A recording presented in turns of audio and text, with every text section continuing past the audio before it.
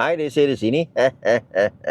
Okey, saya nak mengulas sedikit mengenai satu artikel di dalam Malaysia Kini yang memaparkan wajah Datuk Seri Razli Ramli, di mana tajuknya itu agak menarik untuk diulas kerana saya adalah seorang sarjana dalam pentadbiran perniagaan.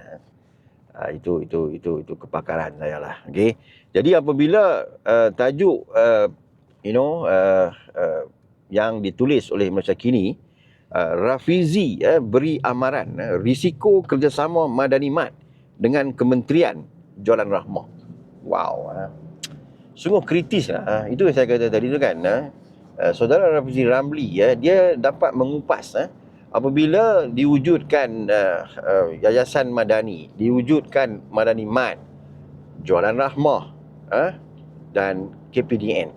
Okey, dari segi theoretical, maknanya dia ada hubung kait, relationship. Kena faham itu. Saya pasti Dr. Fuzia Saleh juga tahu mengenai perkara ini kerana dia adalah seorang graduan kedoktoran. Jadi apabila hubung kait ini, maknanya daripada sudut perniagaan, adakah ia satu hubung kait yang positif ataupun hubung kait yang negatif? Kesannya kepada siapa? Kesannya kepada peniaga-peniaga runcit yang lain yang terpaksa bersaing untuk menjual barangan pada harga yang yang boleh membawa mereka untuk mendapat sedikit margin. Okey. Jadi kalau tuan-tuan ada masa, tuan-tuan baca. Kalau tak ada masa, dengar saya cakap. Saya semalam memang saya nak ulas, tapi saya ada hal. Jadi pagi ni on the way saya nak pergi ke majlis perkahwinan ahli parlimen Kanga daripada Bersatu. Bab kahwin ni kita tak cerita bab politik kan. Siapa pun kita pi, tak ada isu apa. Jadi isu Madani Mart, isu Yayasan Madani sekarang ni menjadi persoalan yang hangat, menjadi bahan untuk didiskus, diskusi umum. Kerana orang melihat dia ada conflict of interest. Kenapa saya cakap begitu? Kenapa Yayasan Madani ini diterajui oleh founder. Founder ni kadang kita kalau kita suka dalam berTikTok kan, banyak founder. Jadi Yayasan Madani, founder dia adalah jeng Fuzia Saleh. Okey. Dan dia ada juga co-founder, iaitu Kamil Munim dan Ahmad Farhan. Siapa mereka? Wow, tuan-tuan dah tahu dah. Saya sendiri ada konten-konten saya memperjelaskan mengenai Yayasan Madani ini. Jadi Saudara Rafizi mengatakan apabila ada hubungan Yayasan Madani diterajui oleh seorang timbalan menteri KPDN, yang mana KPDN ini bertanggungjawab dalam Jualan Madani, Jualan Rahmah Madani. Jadi mereka adalah orang kata apa, kementerian yang dipertanggungjawabkan untuk memberi insentif kepada pembekal-pembekal jualan rahmah, di mana pembekal-pembekal jualan rahmah ini akan menjual akan menjual barangan-barangan keperluan beras, telur, ikan masin, Maggi, whatever lah, pada harga yang lebih murah daripada kedai-kedai rangkaian yang besar seperti Speedmart, KK Mart, Pasaraya Besar, Lotus, Ion dan sebagainya. Begitu juga dengan kedai-kedai pasaraya yang dimiliki oleh orang-orang persendirian ini. Jadi mereka diberi insentif.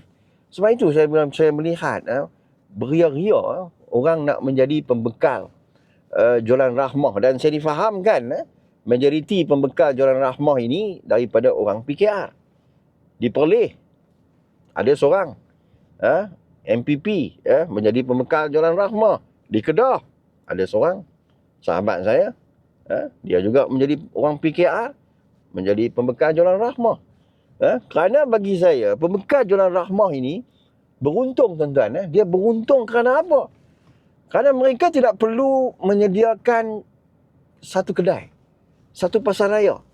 Kerana mereka hanya perlu ada store untuk mereka menyimpan barangan-barangan yang mereka beli daripada pembekal yang lain. Okey.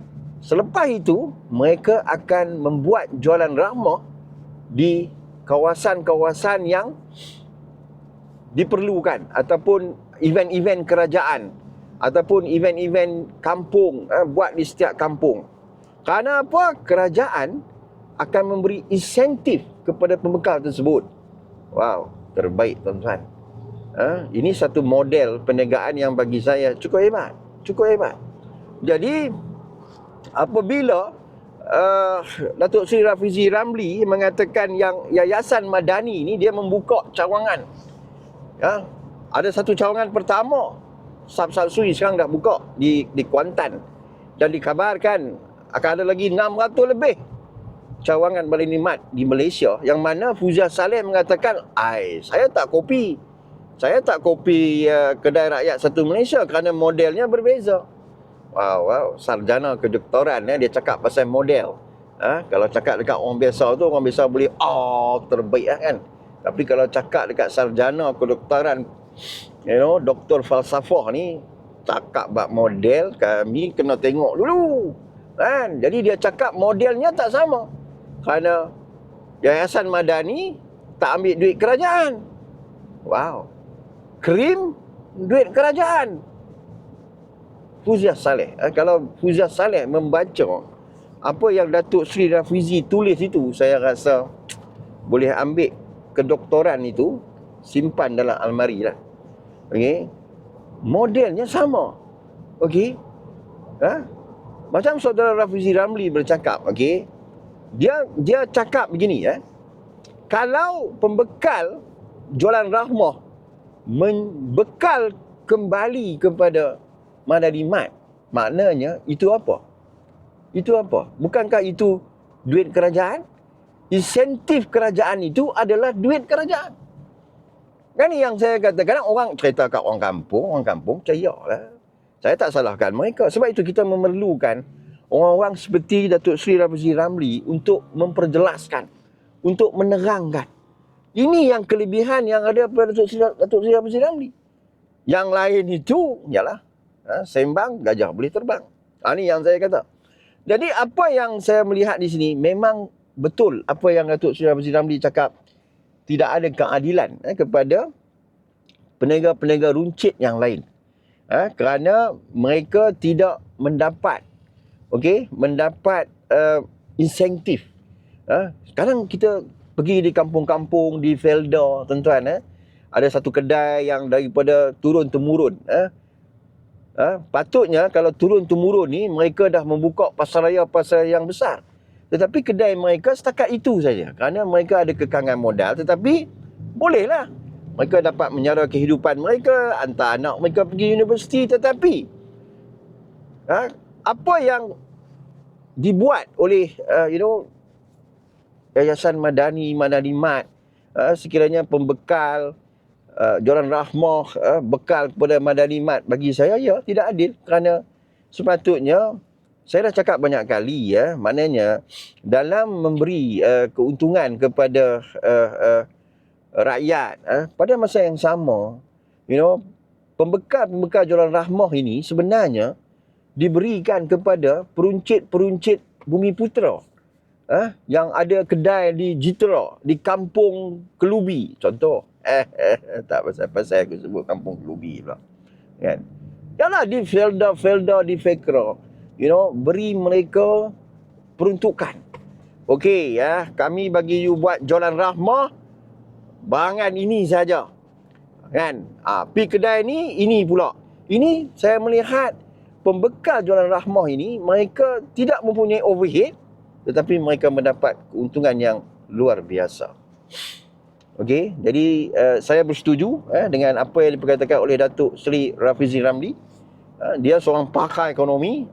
Orang kata dia gagal tak mana, kan? Ramadan, you said gagal, jangan. Dia seorang chartered accountant, seorang bekas menteri ekonomi, Jangan kita bercakap orang-orang yang mempunyai pandangan, fakta, boleh mengupas. Kita tak boleh, kita label kawan tu gagal, kita label kawan tu penakut. Cai. Okey, apapun saya harap tuan-tuan bacalah artikel ini dalam Malaysia Kini untuk tuan-tuan mendapat penjelasan yang begitu jitu sekali lah. Sebab membaca ni pun penting tuan-tuan. Tapi kalau tak boleh membaca, dengar video saya yang mencerdikkan akal rakyat Malaysia. Cai.